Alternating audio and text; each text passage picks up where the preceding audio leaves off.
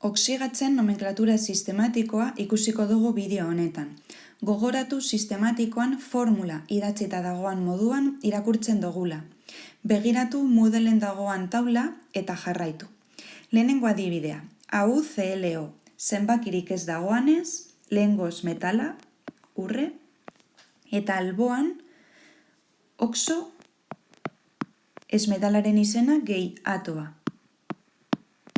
Urre oxokloratoa.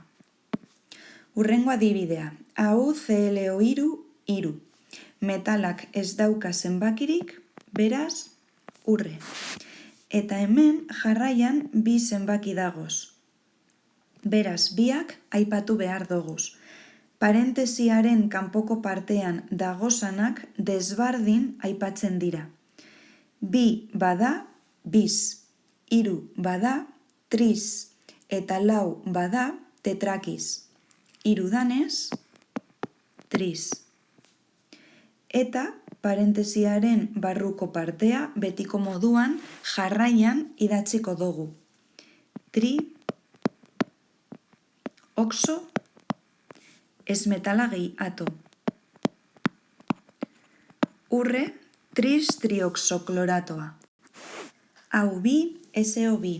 Kasu honetan ez dago parentesirik, aukeran diralako. Beraz, gure badozuez, idatzi daikezuez. Hala ere, kanpoko partean ez dago zenbakirik, beraz, betiko moduan izendatzen da. Diurre, dioxo, sulfatoa. Azken adibidea, SnSO4, bi, estaino, eta orain hemetik hasita, biz, gehi jarraian, parentesiaren barruko partean dagoana. Tetra, oxo, sulfatoa.